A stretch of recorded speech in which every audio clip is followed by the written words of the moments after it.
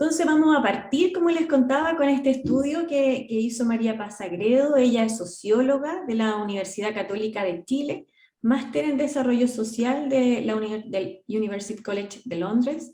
Está hoy día en México desarrollando un doctorado en Ciencia Social en el Colegio de México y está estudiando la participación de organizaciones campesinas en políticas de desarrollo rural en Chile.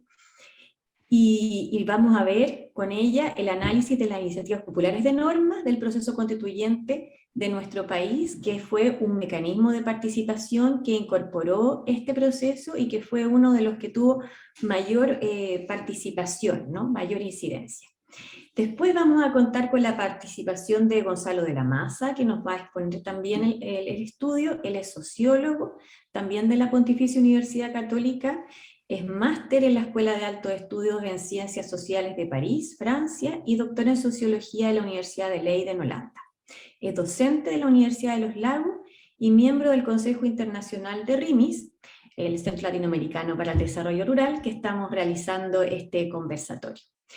Aprovecho de presentarme, mi nombre es Danae Mlinars y soy la directora de la Oficina Chile de RIMIS, el Centro Latinoamericano para el Desarrollo Rural, que está realizando este conversatorio que pone fin a un proyecto, que es el proyecto Ruralidad en el Proceso Constituyente.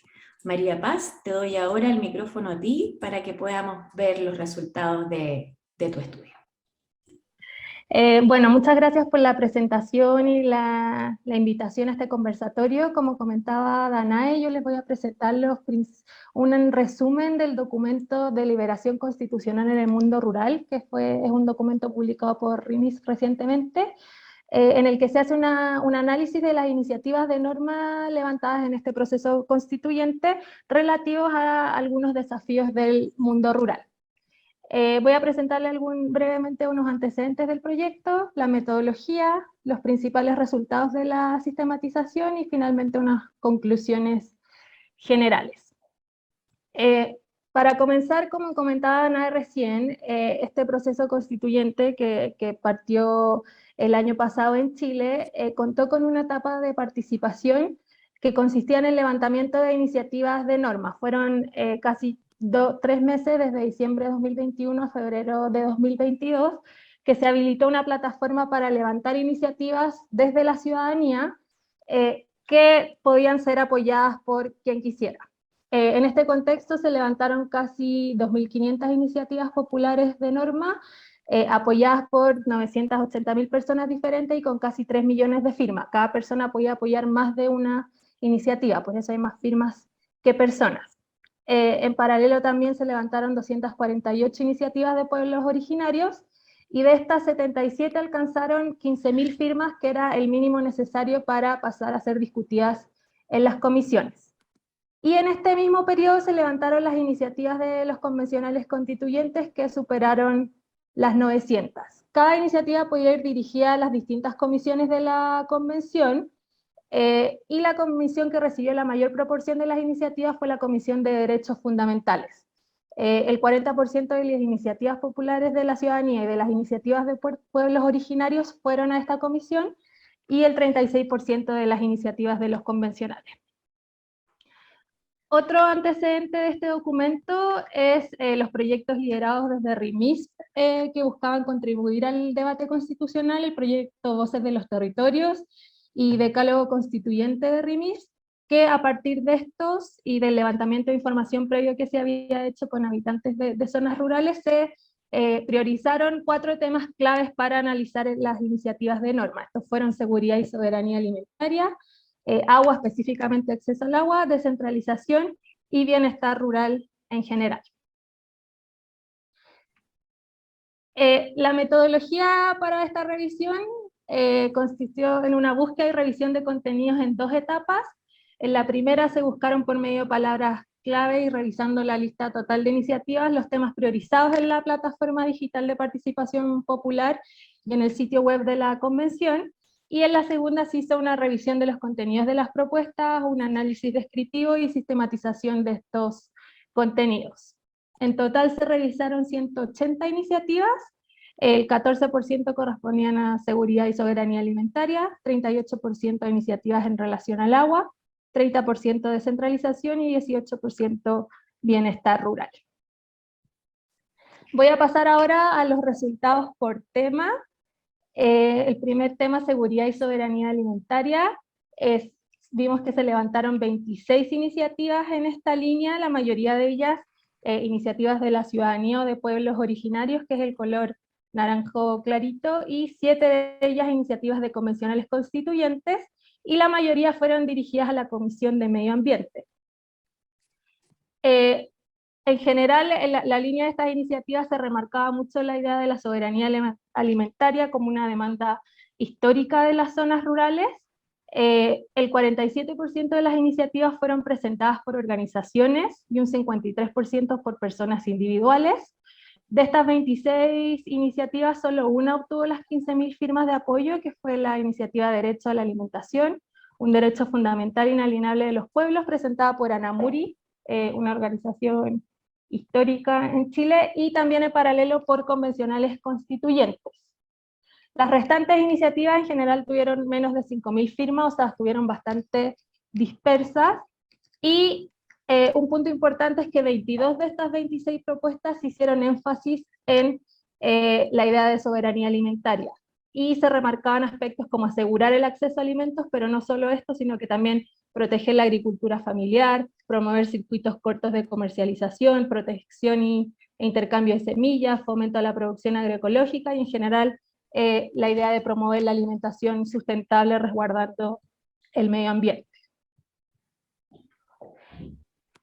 En relación a las iniciativas de agua, estas fueron las que más se levantaron, fueron 69 iniciativas, la mayoría de ellas dirigidas también a la Comisión de Medio Ambiente, y algunas de las ideas claves que se destaca de ellas, el promover el agua como un derecho, como un bien público y un recurso natural invaluable. Acá llama la atención que las iniciativas populares de cuidado y acceso al agua representan un 4% del total de las firmas que se recopilaron, que es un porcentaje no menor considerando que había más de 2.500 iniciativas. 72% de estas iniciativas fueron presentadas por personas individuales, o sea, bastante atomizadas las iniciativas en esta línea, y la mayoría de ellas obtuvo menos de 1.000 firmas. Solo 2 iniciativas alcanzaron las 15.000 firmas, acceso al agua para toda la población, presentada por la organización La Libre y Sustentable República de Chile, y por el agua, los derechos de la naturaleza y los glaciales, de una articulación de organizaciones por las aguas, los derechos de la naturaleza y los glaciares. Los principales temas abordados en estas iniciativas vemos en este cuadro a mayor tamaño, mayor recurrencia de repetición de estas propuestas. La primera, el derecho al agua como un derecho humano, el derecho al saneamiento y al consumo de los humanos, y en esta línea la priorización de los usos de agua, o sea, en varias iniciativas se recalcaba la idea de priorizar el consumo humano del agua, luego para los animales y la agricultura, y finalmente el uso industrial de las aguas. En segundo lugar, la idea del agua como un bien público, en contraposición a la naturaleza privada del agua en Chile. Tercero, la protección de las aguas como un elemento clave para la sustentabilidad ambiental, y finalmente varias propuestas que hacían referencia a los derechos del agua de los pueblos originarios, y a la participación en la protección y gestión del agua por medio de comités de gestión de cuenca, comités de agua potable rural, o distintas instancias asociativas. Finalmente, en la línea de bienestar rural, acá consolidamos propuestas que tenían que ver no necesariamente o no específicamente con sectores rurales, pero que a la larga sí podían tener un impacto positivo en estos territorios. Acá se levantaron descentralización, me equivoqué. Las propuestas de descentralización fueron 53 propuestas, la mayoría de ellas dirigidas a la Comisión de Forma de Estado, y acá en estas propuestas lo que se hacía fue, se hacía mucha referencia a problemas de inequidad territorial en el acceso a recursos y servicios, a las limitaciones en la toma de decisiones del nivel local respecto a temas de recursos, políticas públicas, etcétera, y la falta de espacios de participación y representación de los territorios más alejados de de los centros de poder, ya sea nacional o regional. El 78% de estas iniciativas fueron presentadas por personas individuales también. Solo una iniciativa relativa a la creación de las regiones de Aconcagua y Chiloé obtuvo más de 15.000 firmas para ser discutidas en las comisiones, y la mayoría de las iniciativas obtuvo menos de 1.000 firmas, o sea, estuvieron bastante dispersas también. Los temas abordados en las iniciativas de descentralización en general tenían que ver con propuestas de una forma de Estado federal y plurinacional, promover la autonomía del poder central en la toma de decisiones respecto a recursos y políticas públicas de las regiones, ciudades y comunas. La creación de nuevas regiones también fue bastante común, y el fortalecimiento de las facultades de municipios, principalmente en relación a temas de recursos humanos y uso de recursos financieros.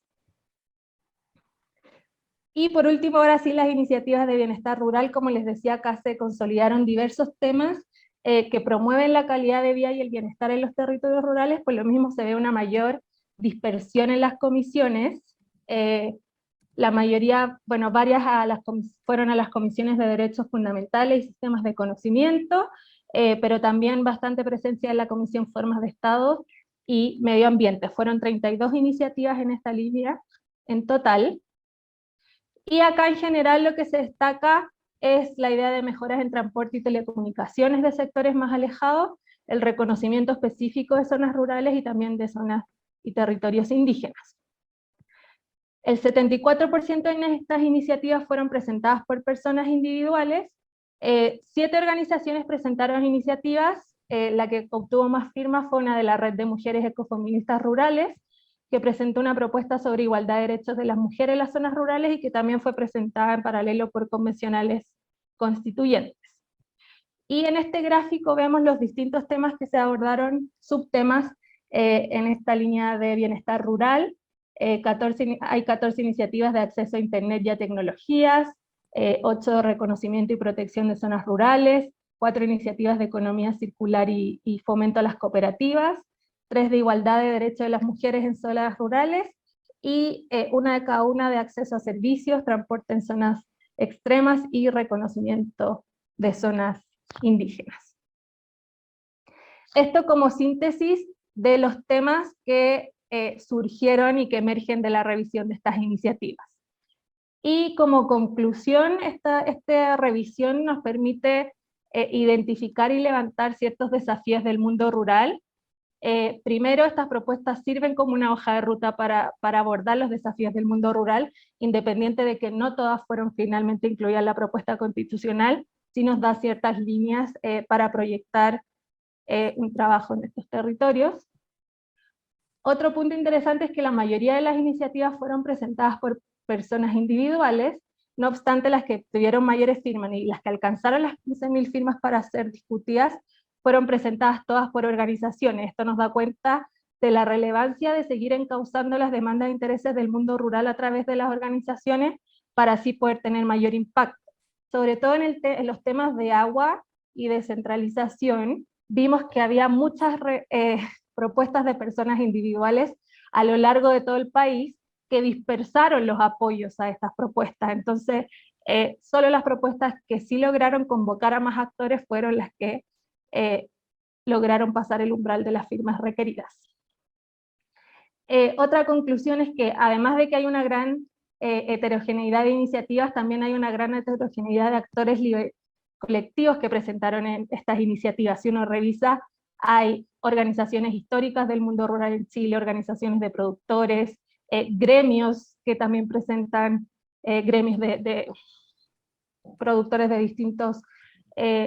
distintas cosas, organizaciones medioambientales, organizaciones comunitarias, etcétera. O sea, hay una gran cantidad de actores interesados en promover ciertas ideas. Y finalmente otro punto relevante es que en los 4 temas revisados hay una demanda transversal por mayor participación en la gestión y en el desarrollo de proyectos para las zonas rurales, que nos da cuenta también de una necesidad de generar más y mejores espacios desde los organismos públicos y desde los diversos actores para trabajar estos temas. Eso es, muchas gracias. Muchas gracias, María Paz, por tu presentación. Había una mano levantada, dejé anotado para que cuando abramos las preguntas en el tema del conversatorio, propiamente tal, podamos avanzar con ellas. Y dejo con ustedes a Gonzalo, que nos va a dar como un panorama más general de lo que fueron los distintos mecanismos y su desarrollo. Gonzalo, te escuchamos. Eh, entonces, aquí tenemos la primera cuestión, que es, todo esto está en el documento, así que no se preocupen por el detalle de lo que está fraseado, pero trata de reflejar de manera lo más completa posible un proceso que fue, digamos, que fue participativo desde el primer momento.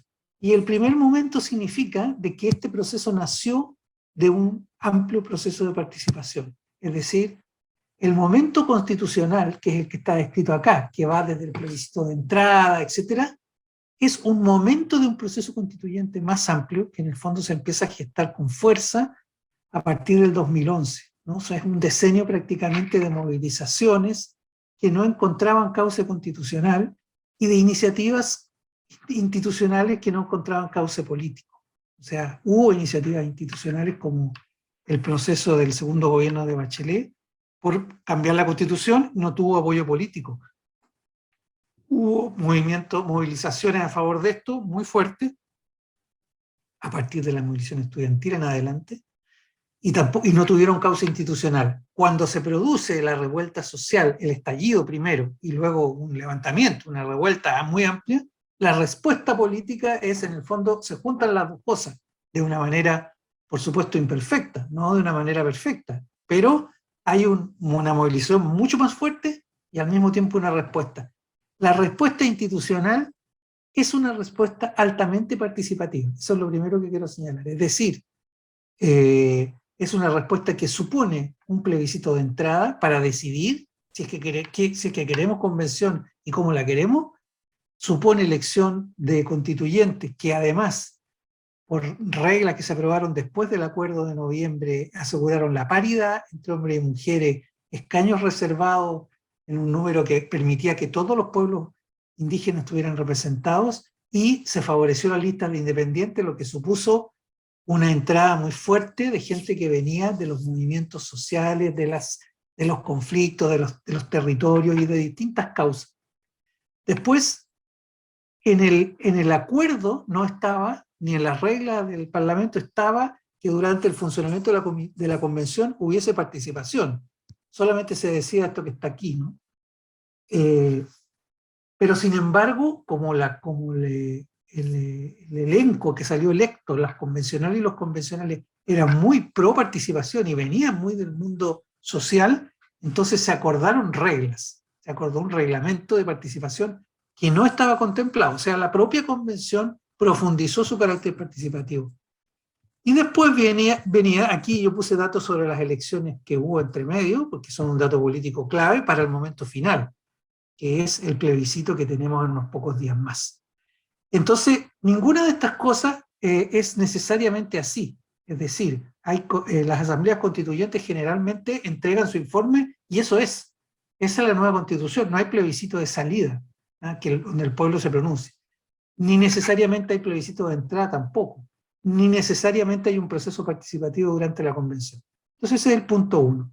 Sin embargo, es importante considerar que la dinámica política que se dio en la elección de constituyentes no fue la misma que se dio después en las elecciones siguientes. Y eso explica, en parte, la situación que se vive hoy día, donde, a pesar de que el proceso fue altamente participativo, sin embargo, no es evidente que tenga a su favor la gran mayoría de las personas. Esa es la discusión de ahora.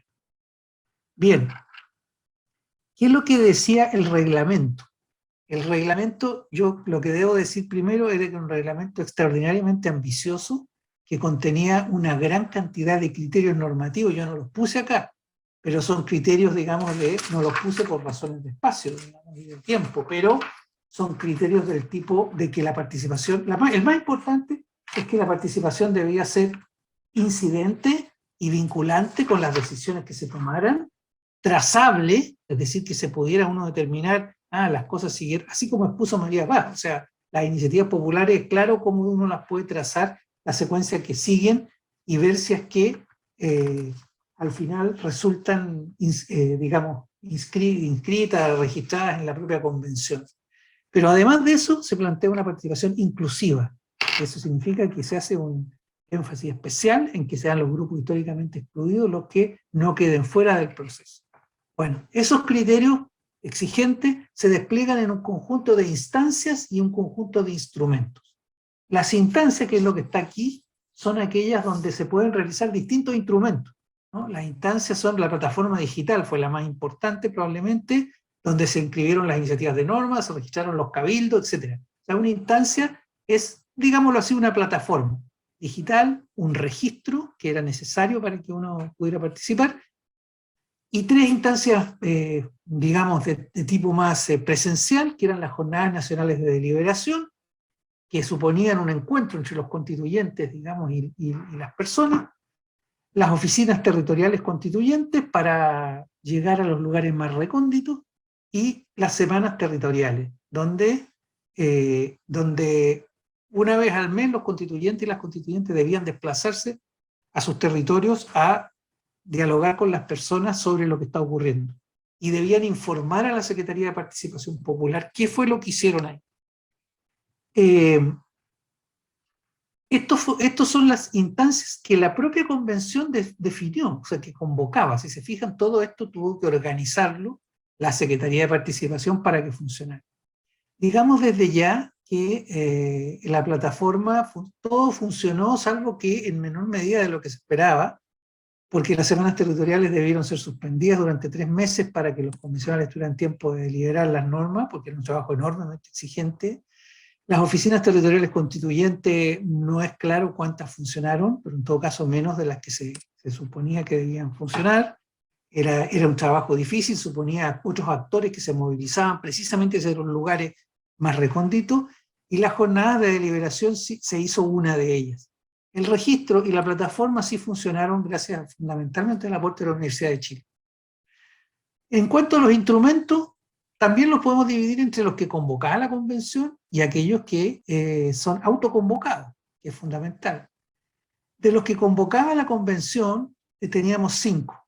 Los plebiscitos intermedios dirimentes, que eran para aquellas cosas que no lograran consenso, no se pudieron realizar porque suponían una reforma legal que, con los datos políticos que yo les mostré, es decir, con la composición del Parlamento, no había viabilidad y por lo tanto no se tramitó la reforma que debía tener, ¿ah? A pesar de que la convención sí lo solicitó. En cambio, sí se pudieron hacer las audiencias públicas, las cuentas populares constituyentes, no necesariamente con el formato que está dicho acá, es decir, estaba muy claramente establecido qué era lo que había que informar en la cuenta popular. No hay evidencia de que eso haya sido así, pero sí un conjunto de convencionales más o menos, yo estoy trabajando sobre eso ahora, más o menos que hayan informado a la Secretaría de lo que hicieron, porque puede que lo hayan hecho, pero no necesariamente lo informaron. Más o menos es como una mitad de los constituyentes que hicieron eso, ¿no? Entonces, pero hay muchas, se hicieron como 6 semanas territoriales. O sea, 6 semanas territoriales en las cuales se realizaron cuentas populares constituyentes. Luego, los foros deliberativos no se pudo realizar, porque era un procedimiento, digamos, que no logró encontrar el lugar adecuado dentro del diseño, a pesar de que estaba en el reglamento. Y de nuevo, el tiempo parece como una de las variables más críticas en este proceso, que impidió que cosas que eran interesantes se pudieran situar, digamos, en algún punto. Y los cabildos comunales, esos sí se hicieron, tanto organizados por municipalidades y por universidades fundamentalmente. No en gran número, pero sí se hicieron varios. Yo voy a explicar un poquito después. Y los autoconvocados eran las iniciativas populares de norma, ya lo explicó María Paz.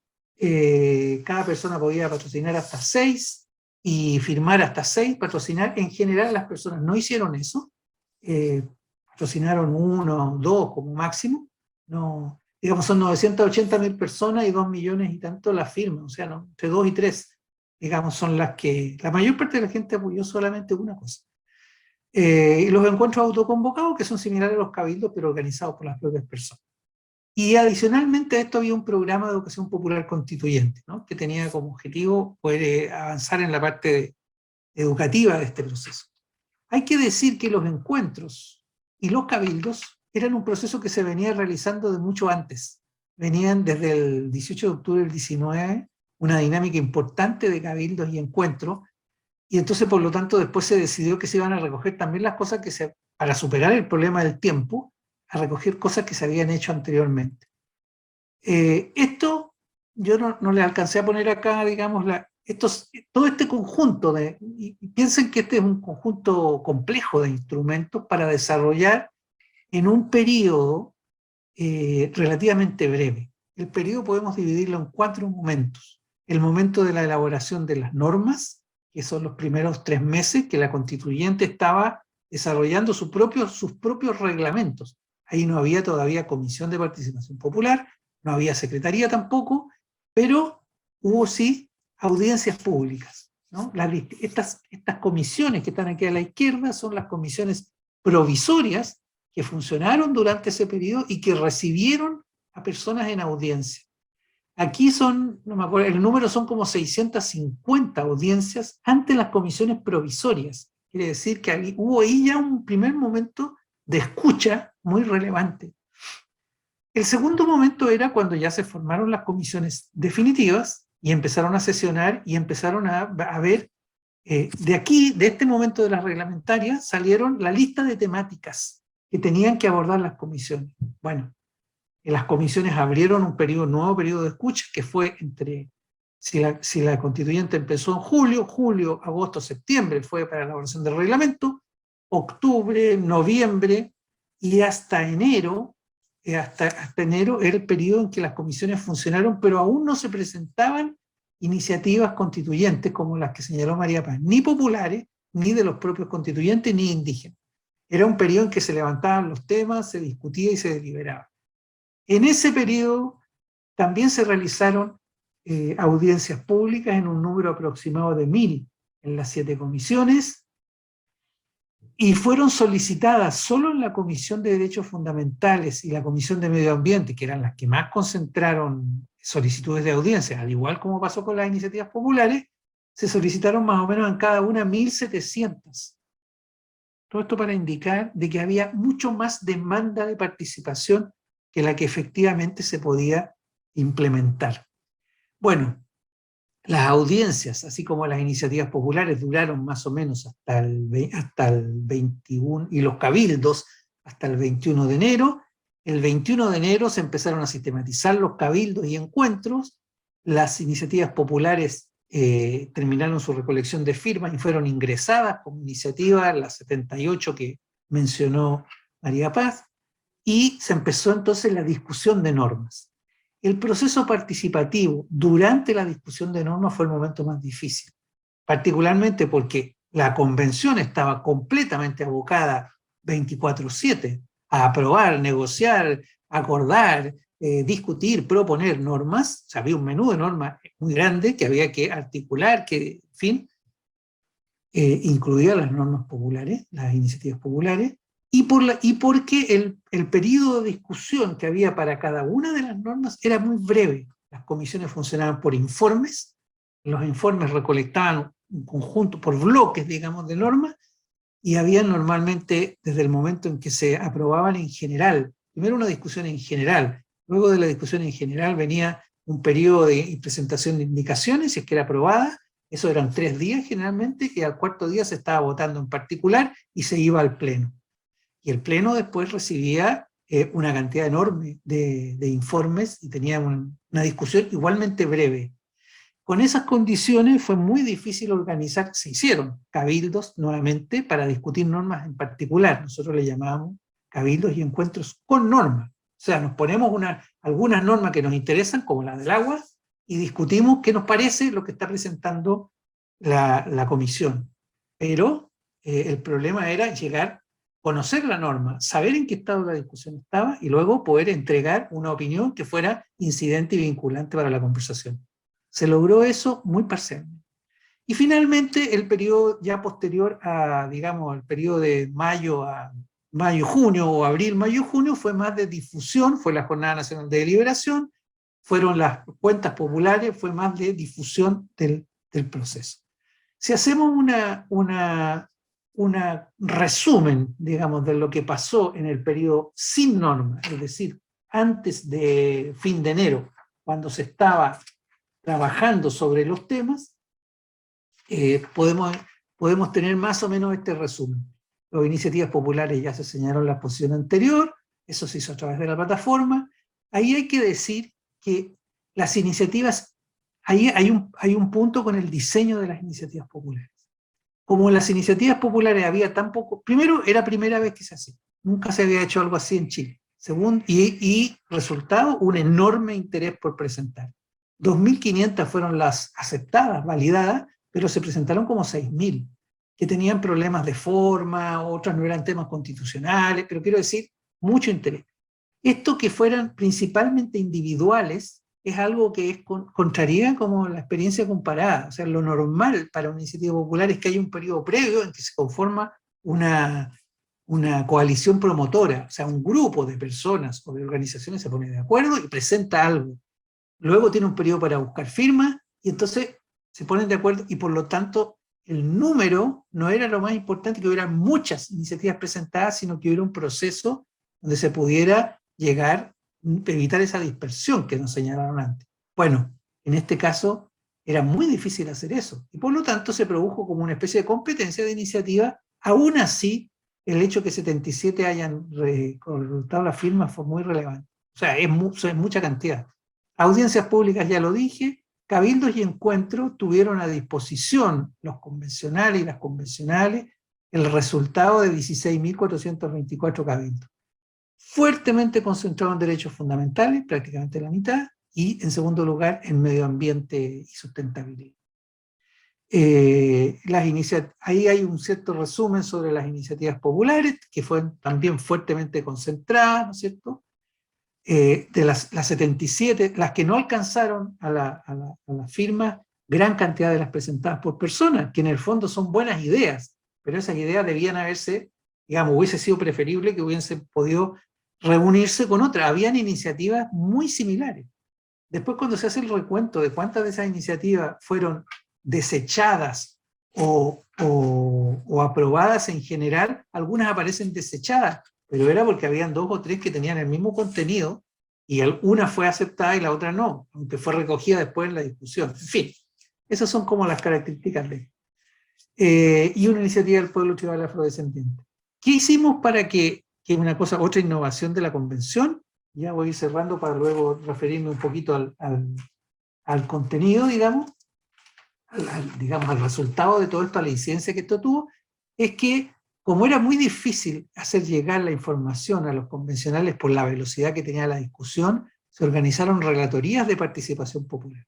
Y esas relatorías eran equipos de 3 personas para cada comisión, que ante cada norma que se discutía ofrecían a la comisión un contenido de qué es lo que decían los cabildos, cuáles fueron las iniciativas que se presentaron, cuáles no alcanzaron las 15.000 firmas, o sea, que tuvieran un panorama de la participación efectiva que había habido sobre esos temas. Por supuesto, la gente de derechos fundamentales fue la que más trabajo tuvo, y la gente de medio ambiente también, o sea, la comisión y el equipo de relatoría. No siempre se entendió esto, no siempre se aceptó por todos los convencionales que se hiciera esto de buena forma, pero hay un conjunto, no, por ahí está el número, pero un conjunto importante de minutas, como 50, que se hicieron sobre los distintos bloques de discusión, y con eso podemos decir de que esta participación sí llegó a donde tenía que llegar. Aquí hay este es un cuadro que a mí me parece interesante porque está por comisión las iniciativas que se presentaron y las que tuvieron más de los 15.000 apoyos. Si ustedes se fijan, hay ámbitos en los cuales las iniciativas con más de 15.000 apoyos subieron su porcentaje. Por ejemplo, en derechos fundamentales, el 40% del total fueron de derechos fundamentales, pero tuvieron más apoyo todavía, porque casi el 60% de las 77 son de derechos fundamentales. O sea, eso se percibe entonces dónde está el interés de la ciudadanía. Lo mismo pasa con medio ambiente, ya era alta, tenía el 12%, pero pasó a ser el 19,5%. Y al revés, muchas iniciativas presentadas en sistema político, gobierno, etcétera, y sin embargo, poco apoyo, poco patrocinio. Pasaron a ser el 4%. O sea, se fija, el rendimiento en función del interés ciudadano es distinto. Bueno, ¿qué podemos decir, digamos, que se logró? De todos los criterios, y yo no lo puse aquí porque era mucho nomás, simplemente, de todos los criterios establecidos para el proceso participativo, digamos que en general la inclusión es un criterio bastante logrado. No todos los indicadores están, pero en general hubo mucho esfuerzo, sobre todo de las organizaciones de la sociedad civil, para lograr una mayor inclusividad. El mejor ejemplo de eso, y no el único, son los cabildos penitenciarios, donde se realizaron más de 200 cabildos en un espacio, como los recintos de personas privadas de libertad, donde jamás se había hecho ningún proceso participativo. O sea, esos son avances, por supuesto no son de una masividad, digamos, comparable a lo que puede ser el plebiscito ni nada, pero sí son relevantes porque es un grupo de personas que nunca había tenido espacio. Lo mismo con las iniciativas populares. Nosotros tenemos digamos, la estadística de que de todas las comunas de Chile hubo patrocinios. ¿Ah? O sea, estamos hablando entonces de un tipo de participación muy inclusiva. A lo mejor hubo uno de alguna comuna, pero no hay comuna que quedó fuera. Entonces, ese tipo de cosas nunca la habíamos tenido hasta ahora. Aparte de los números, que son números grandes de personas. Creo que, por lo tanto, los criterios de diversidad y pluralismo están cubiertos. Las iniciativas populares lo muestran claramente. Hay iniciativas de todo orden, con distintas direcciones. Esto fue, incluso los que se oponían a este procedimiento, después lo adoptaron. Descentralización también. O sea, todas las cifras indican de que no hay para nada una concentración en la región metropolitana. Quizá en las capitales provinciales, puede ser, o regionales. Habría que mirar mejor. La plataforma permite la trazabilidad con mucha claridad, está todo eso documentado, fue publicado, aparte que la propia convención se transmitió todo en vivo, etcétera, o sea, eso sí. Pero, sin embargo, no aparece tan fuerte, o sea, para ver los puntos débiles, no hay indicadores, no se alcanzó a construir un sistema que permitiera hacerlo respecto de temas como la accesibilidad universal, que suponía que todo se hiciera con lenguaje inclusivo, con lenguaje de señas, con pertinencia cultural. Tampoco podemos decir que el tema de plurinacionalidad no hay indicadores que la consulta que se hizo fue una consulta de pocas personas, la consulta indígena no fue fueron 7.500 personas. Sí es importante la consulta al pueblo tribal afrodescendiente, que ese fue un proceso muy bien llevado y que involucró al conjunto y muy en coordinación con la mesa técnica que tienen ellos. El enfoque de género, en principio sí, pero no hay indicadores demasiado claros. Entonces, lo que quiero señalar nomás es que el reglamento tenía mucha exigencia, el diseño fue difícil de concretar, se lograron algunas cosas muy importantes como esta, de las iniciativas populares, que nunca se habían hecho. Y hubo un proceso de retroalimentación de la convención muy significativo. Hubo una importante participación de niñas y niños también, ¿no? Eso es importante señalar. ¿Y qué es lo que puede decir uno? Bueno, entonces como balance del proceso podemos decir que se consolidó una idea de que los procesos de deliberación política tienen que tener participación. Así como se han consolidado cosas como la paridad, también se ha consolidado esto. Yo creo que las iniciativas populares, por ejemplo, van a ser por fin un instrumento que se va a aplicar en el proceso legislativo. No lo teníamos, partimos por arriba, partimos por la Constitución. Sin embargo, el acompasamiento, digámoslo así, el ritmo de la participación, es difícil que la participación se encajone, digamos, en procesos de tal velocidad y de tal exigencia, ¿no? Y de tal complejidad.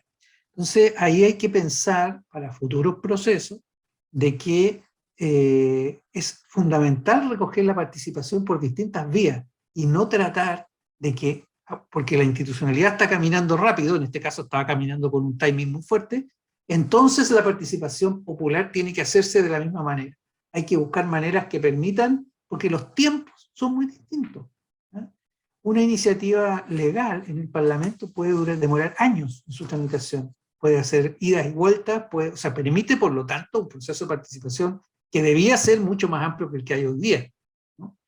Pero en este caso no era así. Entonces, eso yo creo que no hubo, y no es raro que no haya habido, una percepción inicial de que esto iba a ser un problema mayor. Entonces, tuvimos un proceso que superó en mucho la participación previamente, que previamente habíamos tenido en ningún proceso de este tipo. Bueno, no habíamos tenido nunca una asamblea constituyente. Y el último elemento que quiero decir es que quizás ese proceso que yo les estoy exponiendo y que está en el trabajo puesto con más orden y sistematicidad, no tuvo la visibilidad pública que debió haber tenido.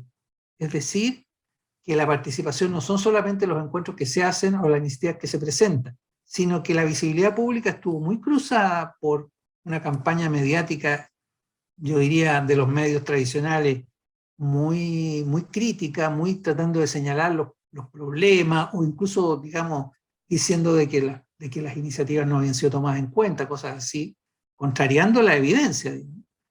Y por otro lado, la propia convención creo que no tuvo la capacidad de colocar esto como un componente que sí efectivamente estuvo ocurriendo durante todo el proceso.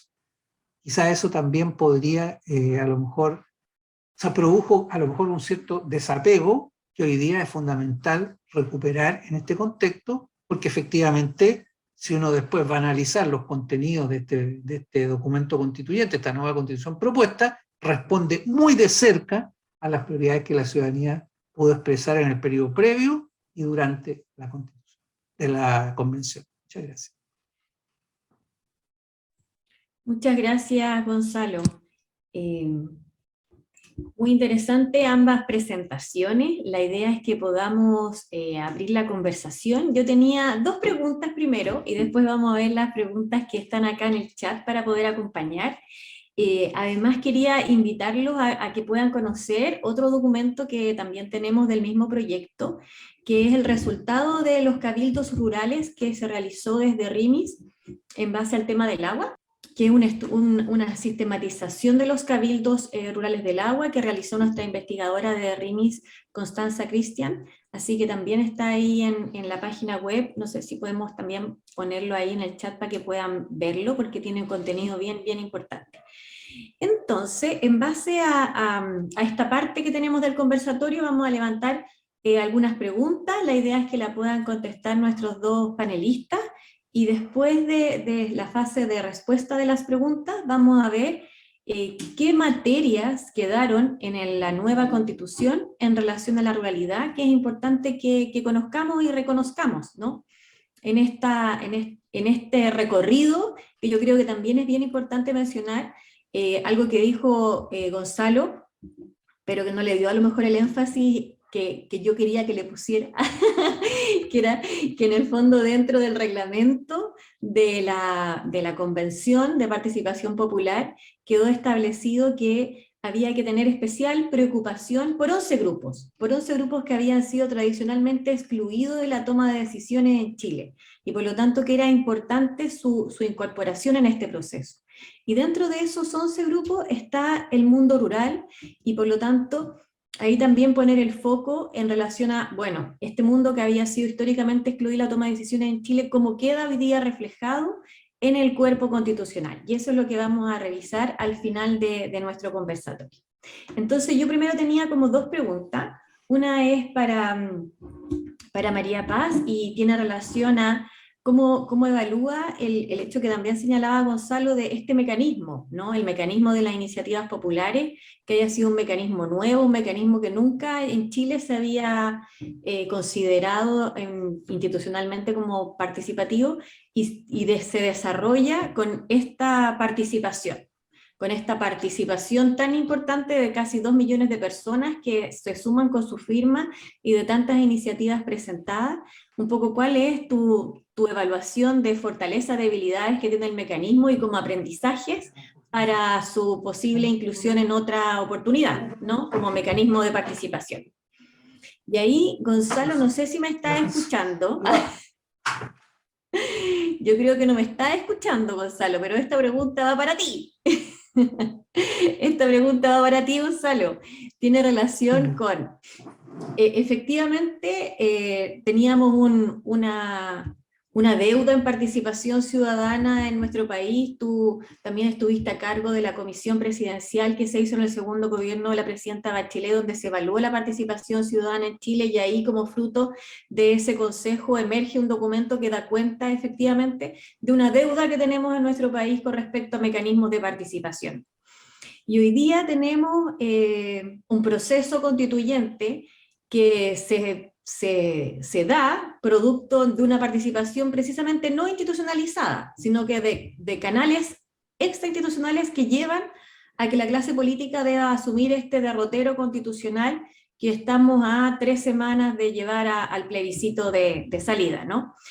Y tú nos das cuenta de los distintos mecanismos que se establecen en el proceso constituyente como un reglamento bien ambicioso, ¿no? Uno podría decir, no teníamos nada o habíamos avanzado poco, teníamos una gran deuda y lo quisimos todo, ¿no? ¿Cuál es como el aprendizaje en relación a ese querer todo con los problemas de tiempo y de recursos para poder ejecutarlo?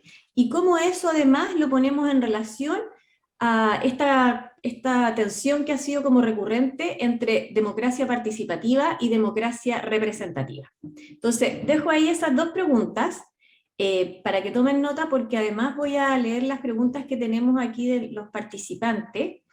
Tenemos una pregunta que señala Pilar: la ausencia de iniciativas relacionadas con educación rural, ¿implica la ausencia de problemas o la poca relevancia que se le otorga a este tema? Ahí hay una pregunta. Después tenemos otra pregunta que, consultada por el nivel de la encuesta de los participantes, pero señalar de que los resultados de las iniciativas no es una encuesta, sino que es un mecanismo de participación que se ejecutó. Pero después la misma persona, Jorge, señala el 78% del apruebo, considerando un padrón, es el 23% real, solo para cuantificar el tema. Y en relación a esa afirmación que él hace, yo acompañaría con qué va a pasar hoy día, que vamos a tener un plebiscito con el voto obligatorio, a diferencia de lo que fue la votación del plebiscito de entrada. Y después tenemos a Camilo, que señala: me gustaría consultar y poder utilizar el formato de relatoría de participación popular. ¿Es posible? Un poco a lo mejor, Gonzalo, que nos pudieras contar en qué consistió ese mecanismo. O sea, digo, primero que la participación debe ser un proceso más permanente, o sea, debe estar puesto. Si estamos en un periodo de discusión constitucional, bueno, entonces pensemos en procesos que nos permitan ir acumulando también al respecto, porque participación no es solo preguntar un sí o no, al final sí es eso, en el plebiscito vamos a contestar sí o no, pero entre medio tenemos que ir aprendiendo, conociendo, y eso, por supuesto, por definición, los grupos históricamente excluidos o de especial protección también, hay algunos definidos en ese doble carácter, requieren lenguaje distinto, etc. Entonces, esa es una cosa que yo diría empezó.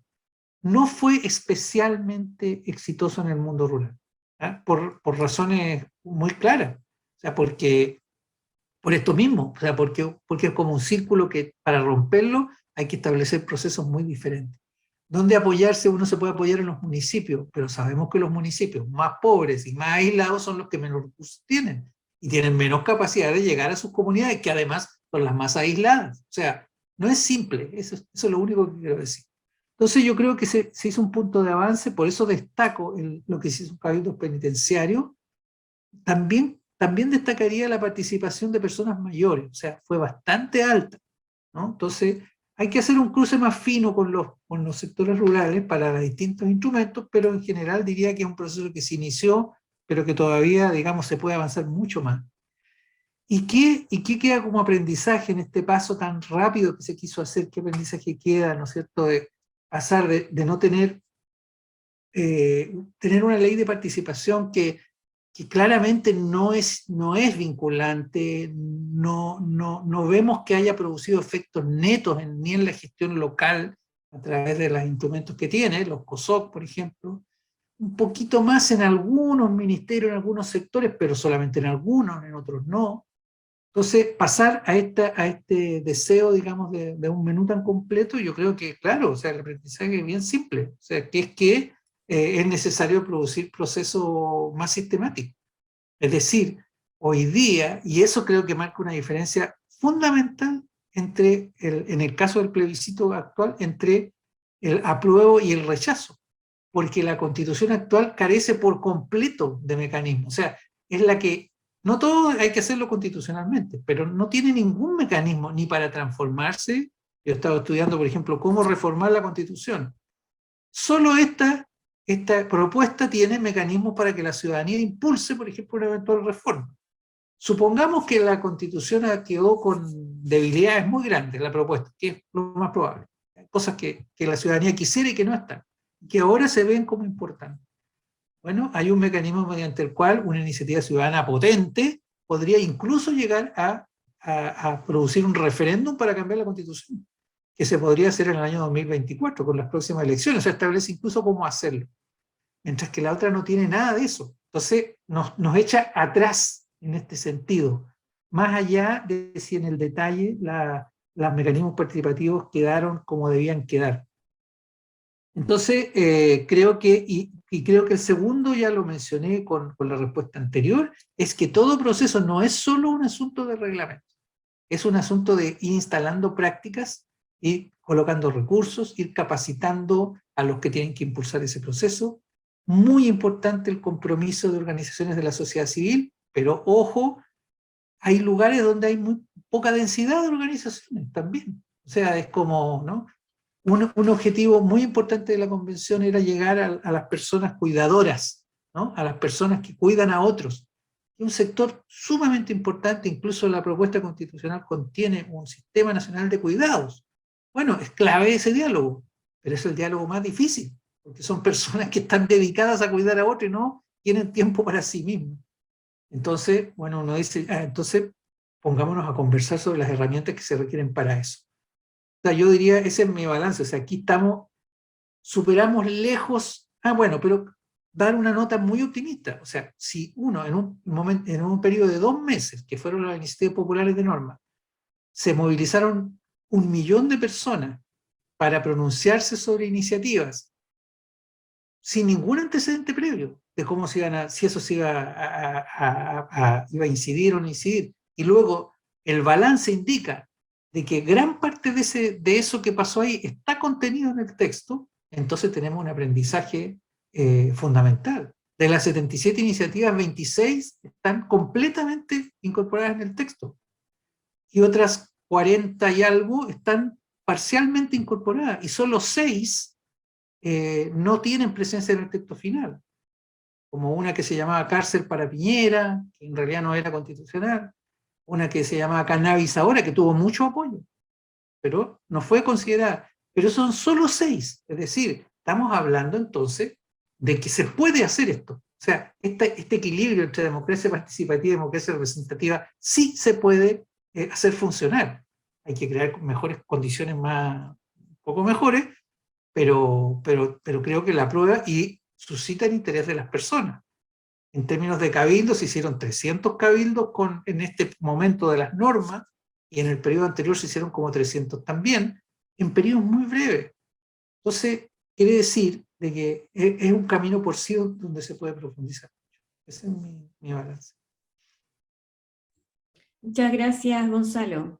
María Paz. Sí, gracias.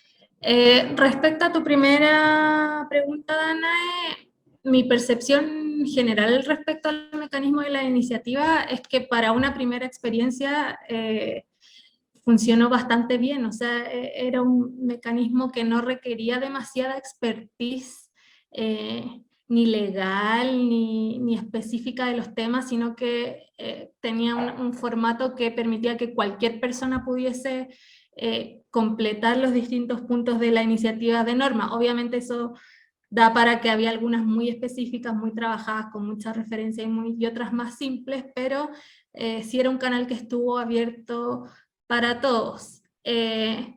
creo que entre los desafíos o los aspectos mejorables que, bueno, quizás no habíamos tenido antes algo así, que, con esta masividad para poder participar, entonces una forma nueva, y lo otro que fue un mecanismo digital, entonces ahí probablemente en el mundo rural sabemos las dificultades de conexión que existe, la falta de internet, etcétera, entonces eso puede haber sido una limitación.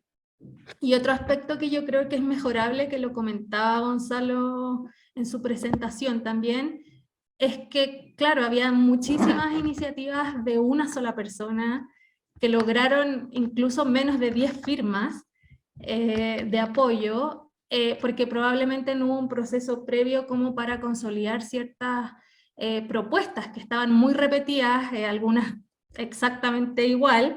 Entonces quizás algo que se podría mejorar es eso, el generar un incentivo para más patrocinios, algo así, porque se da esta competencia de iniciativa, incluso algunas iniciativas que son completamente, o sea, que no son muy representativas, sino que son la necesidad específica de una persona o de una familia respecto a un tema.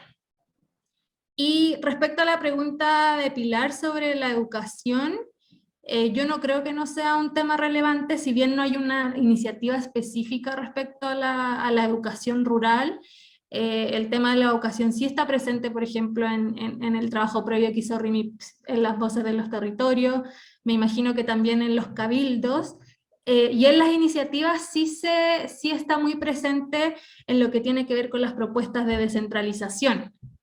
O sea, muchas de las propuestas que mencionan la propuesta de nuevas regiones o de aumentar las facultades municipales tienen que ver o dan como justificación el mejorar el acceso a la educación en esta zona. Así que sí está, no está literal, pero sí está presente. Gracias, María Paz. Harry aquí nos dice que nuestra cultura de participación acentuada con las dificultades de tiempo y recursos hace que hay que cambiar muchos paradigmas. Y nos cuenta que en Teodoro Smith, que es la región de la Araucanía, no hubo ninguna jornada. Así que saludos también para la región de la Araucanía presente en el conversatorio. Quedó una pregunta, Gonzalo, que no nos pudiste profundizar, que tenía que ver cómo funcionaban las relatorías, que nos habían preguntado por Sí. acá. Ok, Sí. sí, la relatoría, sí,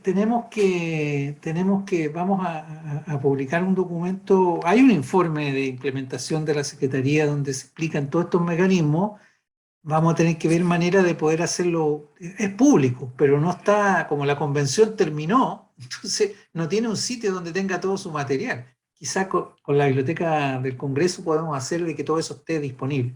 Pero más allá de eso, la relatoría en realidad es como la idea de decir, bueno, si es hacer, digamos, el proceso participativo, la posibilidad de que mucha gente proponga ideas, se junte, ese tiene que funcionar permanentemente y con la más amplia variedad de mecanismos.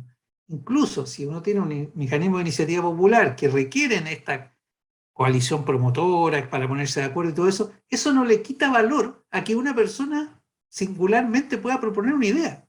O sea, también es una ventaja tener mecanismos que permiten que mucha gente dice, mire, ¿sabes qué? Yo pienso esto. O sea, todo aquel que quiera decir algo y proponer algo debe poder hacerlo. Y el proceso para llegar a que eso se transforme, por ejemplo, en una norma constitucional o en una ley o en una decisión política, bueno, ese es un proceso deliberativo donde tenemos que aprender a conversar. Entonces, la relatoría era una manera no de intervenir sobre el proceso tiene que tener buena densidad, buena cantidad y buena calidad, y buena diversidad, ser incluyente, todo eso. Una vez que eso sucede, ¿cómo se hace para que eso sea codificable por el organismo? En este caso la constituyente, pero mañana será el Parlamento o el Ejecutivo, etc. ¿Cómo se hace para que lo lea, para que lo vea, para que lo perciba, para que lo pueda incorporar? Y eso creo que es un punto que a lo mejor no está tan reflexionado. O sea, tú puedes, y muchas veces produce frustración. ¿Ah? Es como no tenemos claro qué es lo que tiene que pasar para que mi iniciativa llegue, digamos, a buen puerto. Ni tenemos muy claro después cómo la tomaron en cuenta, si es que la tomaron en cuenta. Entonces, la relatoría ayuda a eso, a hacer, decir, concretamente en las sesiones de las comisiones, que era donde se cortaban, digamos, las iniciativas que iban al Pleno, pero el día de mañana podría ser en las comisiones del Parlamento o en distintos momentos, tener un dispositivo, en este caso eran 3 personas, básicamente abogados, jóvenes, que habían estado trabajando en sistematizar las iniciativas populares y que luego empezaron a trabajar teniendo todo el material a su disposición. Pero ellos hacían el trabajo de buscar en ese material qué podía ser pertinente a la discusión que en particular se estaba dando en ese momento. Supongamos derecho de agua. ¿Ah? Ellos buscaban, decían, mire, tantos cabildos trabajaron en este tema y más o menos esto dicen. Y hubo tantas iniciativas en este tema y esto dicen. Hay posturas contrapuestas, esto dicen. O sea, era mostrar, pero mostrarlo directamente en donde el tomador de decisiones lo va a escuchar. Es una cuestión de lenguaje, es una cuestión de síntesis, tenían que ser minutas muy breves o incluso presentaciones. Es una cuestión de tiempo, hay que hacerlo en el momento oportuno.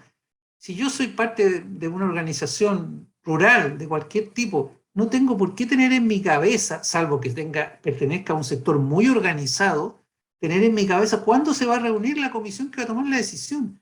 Entonces la relatoría tiene yo también le veo mucha potencialidad, ¿eh? O sea, de tú poder tener el mecanismo de escucha muy, muy bien pensado. O sea, perfectamente el Parlamento, el Consejo Municipal o el que sea puede tener un encargado de participación que hace ese trabajo, que hace el trabajo de decir, voy a ir a buscar todo lo que hay. Hay un periodo, lo que se hace normalmente es, bueno, una consulta online y hasta ahí llega. Pero no es solo cuestión de sistematizar, también es sistematizar, pero luego hacerlo, aumentarle la capacidad de tener incidencia. Eso es la relatoría. Así como el relator, el secretario o relator de la comisión, había un secretario, ese secretario partía de la sesión de cada comisión y decía, han llegado hasta aquí los siguientes documentos, esto, el oficio tanto, o sea, da cuenta de lo que ha llegado. Bueno, este es un relator que dice, ha llegado hasta aquí un proceso de participación pertinente a la discusión que hoy día vamos a dar y yo se los voy a mostrar. En 5 o 10 minutos les voy a decir lo que dicen la ciudadanía. Eso creo que es un aprendizaje bien interesante que se podría replicar en otras instancias y que muestra voluntad del organismo correspondiente para tener la escucha a su disposición y no le quita ni un ápice de sus atribuciones, porque las atribuciones siguen siendo, en este caso, eran de los convencionales. Sin embargo, lo tiene más presente y es un punto a tomar en cuenta. Muchas gracias, Gonzalo. Yo quiero que le demos un aplauso a nuestros panelistas, nuestros investigadores. Sin duda, este proceso y todo lo que tiene que ver con la participación, vamos a estar conversando mucho tiempo sobre él, porque estamos muy encima, han sido muchos mecanismos, han sido 2 años muy intensos y sin duda vamos a tener muchas investigaciones con respecto y aprendizajes al proceso participativo del proceso constituyente chileno. Así que queremos desde RIMI, Centro Latinoamericano para el Desarrollo Rural, hacer este avance, ¿no? Este avance de sistematización en un proceso mientras se está realizando, que pueda dar la piedra para después seguir reflexionando y avanzando en aquello. Entonces, ahora vamos a ver qué es lo que tenemos en la ruralidad con respecto al tema constituyente, porque tal como veíamos, tenemos 3 elecciones, o sea, tenemos 3 semanas, viene una elección. Es importante que la ciudadanía esté informada con respecto a lo que dice esta nueva constitución y queremos aportar un poco a eso contando qué es lo que dice en relación a la ruralidad. Entonces voy a mostrar una presentación. Entonces, bueno, como les contaba, este es un proyecto que se llama Ruralidad en el Proceso Constituyente en Chile, que estamos desarrollando desde noviembre hasta ahora agosto y que está financiado por la Fundación Avina. Y un poco para saber, ¿no?, en este proceso que ha ido acompañando la conversación, ¿en qué quedó la ruralidad en la nueva Constitución?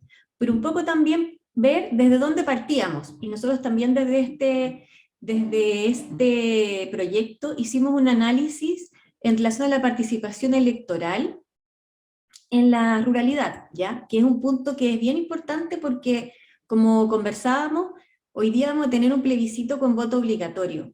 Sin embargo, tenemos una ruralidad que suele votar menos que las zonas urbanas. Y no solamente va a haber un voto obligatorio, sino que también va a haber una modificación de los locales de votación, que recién se va a informar el próximo sábado, 13 de agosto, donde a las personas les va a tocar votar, y lo que debería pasar es que los locales de votación estén más cercanos al domicilio de las personas y por lo tanto sea más fácil el poder votar. Sin embargo, aquí tenemos esta gráfica de participación electoral considerando el tipo de comuna que nos da la Política Nacional de Desarrollo Rural, en el cual la ruralidad está más o menos situada en un 25% de la población, donde podemos ver que en la segunda vuelta, a nivel urbano, votaron un 57% de personas, en cambio a nivel rural, si bien aumentó el número de votantes, estamos bajo al 50%. Entonces hay un desafío ahí importante de que pueda aumentar efectivamente la participación en el mundo rural y que esta participación también sea informada, ¿no? Tenemos ahí la diferencia en la participación electoral en cada una de las regiones del país, haciendo la división entre comunas urbanas y comunas rurales, y podemos ver que si bien aumentó durante la segunda vuelta presidencial, sigue siendo inferior y por lo tanto hay ahí un desafío. Entonces tenemos un plebiscito que es el 4 de septiembre, con voto obligatorio, con nuevos locales de votación, con ahí así como un ojo, ojo, busquen su lugar de votación el próximo 13 de agosto, porque lo más probable es que puedan cambiar. ¿Y qué es lo que dice esta Constitución en relación a la ruralidad? Por primera vez, tenemos un capítulo que habla sobre la ruralidad en específico y señala que el Estado promueve el desarrollo integral de los territorios rurales y reconoce la ruralidad como una expresión territorial donde las formas de vida y producción se desarrollan en torno a la relación directa de las personas y comunidades con la tierra, el agua y el mar. Ese mismo capítulo tiene otro inciso que dice: asimismo, facilitará la participación de las comunidades rurales a nivel local y regional en el diseño y la implementación de programas y políticas públicas que les afecten o conciernen. Entonces aquello que veíamos que había estado presente en el reglamento de la Convención como un grupo de especial protección, o que había sido históricamente marginado de la toma de decisiones en Chile, como es el mundo rural, hoy día hay un énfasis desde la misma Constitución para facilitar su participación e inclusión en la toma de decisiones a nivel regional y local, lo cual es bastante importante y se ha hablado muy poco con respecto a aquello. También hay una mención especial al trabajo rural en señalar que en el ámbito rural y agrícola el Estado va a garantizar condiciones justas y dignas en el trabajo de temporada, resguardando el ejercicio de los derechos laborales y la seguridad social. Hay una mención especial a las mujeres y niñas rurales, que señala: el Estado adoptará las medidas necesarias para prevenir la violencia y superar las desigualdades que enfrentan mujeres y niñas rurales. Un tema que apareció con harta fuerza durante la pandemia, por lo menos en los estudios que nosotros hemos realizado en territorio en nuestro país. También tiene una mención a los mercados locales. El Estado fomenta los mercados locales, las ferias libres y los circuitos cortos de comercialización e intercambio de bienes y productos relacionados a la ruralidad. Hace mención a las cooperativas. El Estado reconoce la función social, económica y productiva de las cooperativas y fomenta su desarrollo conforme al principio de ayuda mutua. Derecho a la alimentación. Toda persona tiene derecho a una alimentación adecuada, saludable, suficiente, nutricionalmente completa y pertinente culturalmente, un derecho tan básico como la alimentación, no presente en nuestra Constitución actual, aparece con fuerza en la nueva Constitución, junto con la soberanía y seguridad alimentaria, ¿no? Como nos mostraba María Paz, que esta había sido parte de una iniciativa popular de norma impulsada por distintas agrupaciones rurales. Señala: es deber del Estado asegurar la soberanía y seguridad alimentaria, promoverá la producción, la distribución y el consumo de alimentos que garanticen el derecho a la alimentación sana y adecuada, el comercio justo y sistemas alimentarios ecológicamente responsables. También hay una mención especial al derecho a las semillas. el Estado garantiza el derecho de campesinas, campesinos y pueblos y naciones indígenas al uso e intercambio de semillas tradicionales, al libre uso e intercambio de semillas tradicionales, una fuerte demanda también que nosotros hemos escuchado en distintos estudios que hemos realizado. También se señala la función ecológica de la tierra, el Estado protegerá la función ecológica y social de la tierra, el derecho humano al agua, este tema que aparece con fuerza en las voces rurales, que también está presente en este proyecto, y pueden ver también los resultados de esa investigación, que fue más de 1 año y medio haciendo entrevistas a personas que habitaban la ruralidad, preguntando cómo considerarían de que su territorio se encontraría visibilizado en el proceso constituyente. Lo que parece con más fuerza es el tema del agua. El tema del agua está en la nueva Constitución, señala: toda persona tiene derecho humano al agua y al saneamiento suficiente, saludable, aceptable, asequible y accesible. El tema de la conectividad regional, se fomentará la conectividad regional, con especial atención a territorios aislados, rurales y de difícil acceso. Y en relación al agua, y a lo que fue también este proceso que yo les contaba de cabildos, que están en el informe de Constanza Christian, que como señalaba Gonzalo, este fue cabildo con norma, y fuimos avanzando en la conversación a medida que se iba discutiendo la norma en la convención. Y fuimos viendo cuáles eran los aspectos que las personas señalaban que faltaba todavía que se aprobara. Y cuando uno lee este Estatuto de las Aguas, puede percibir de que gran parte de las cosas que aparecían en esas conversaciones de esos cabildos están contenidas aquí. Y en este Estatuto de las Aguas se señala: el agua es esencial para la vida y el ejercicio de los derechos humanos y de la naturaleza. El Estado debe proteger las aguas en todos sus estados y fases y su ciclo hidrológico. Siempre prevalecerá el ejercicio del derecho humano al agua, el saneamiento y el equilibrio de los ecosistemas. El Estado deberá promover y proteger la gestión comunitaria de agua potable y saneamiento, especialmente en áreas y territorios rurales y extremos. El Estado velará por un uso razonable de las aguas. Las autorizaciones de uso de agua serán otorgadas por la Agencia Nacional de Agua, de carácter incomerciable, concebidas basándose en la disponibilidad efectiva de las aguas, y obligarán al titular al uso que justifica su otorgamiento. El Estado asegurará un sistema de gobernanza de las aguas participativo y descentralizado a través del manejo integrado de cuencas, que también era algo que aparecía bien fuerte en la conversación, que se hiciera viendo el ciclo del agua, que existiera una gobernanza específica del agua y que además esta fuera con un manejo integrado de cuencas. Eso, contarles qué es lo que dice la nueva Constitución con respecto a la ruralidad. Visibilizar también que en la Constitución que hoy día tenemos, estos temas como ruralidad no aparecen mencionados en ninguna parte, y sin embargo hoy día este actor que dentro de lo que es el proceso participativo se visibilizó y se expresó explícitamente que necesitaba que fuera incorporado en la toma de decisiones. Podemos ver que aquellas necesidades, expectativas y requerimientos que nosotros pudimos visualizar a través de este estudio y conversaciones hoy día están aquí presentes, y tenemos 3 semanas para que efectivamente las personas que habitan la ruralidad, esas diversidades de ciudadanías rurales, puedan conocer cómo están reflejados en esta nueva Constitución, puedan involucrarse en el proceso y puedan efectivamente ir a votar, aumentando esos niveles de baja participación que tenemos históricamente y que pudimos reflejar en los resultados de las últimas elecciones. Así que agradecer a María Paz, a Gonzalo, que hayan estado participando en esta conversación, también a cada uno de ustedes que estuvo en este conversatorio, personas de distintos países de América Latina, donde yo creo que tenemos harto para conversar y de aprender de lo que fue este proceso chileno, para también conversar entre todas y todos cómo avanzar en estas nuevas institucionalidades, en esta participación, en este trabajo más inclusivo.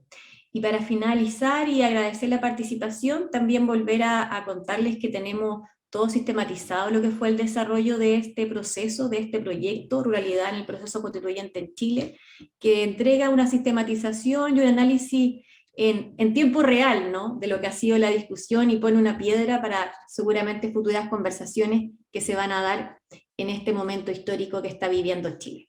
Así que muchas gracias y nos estamos viendo.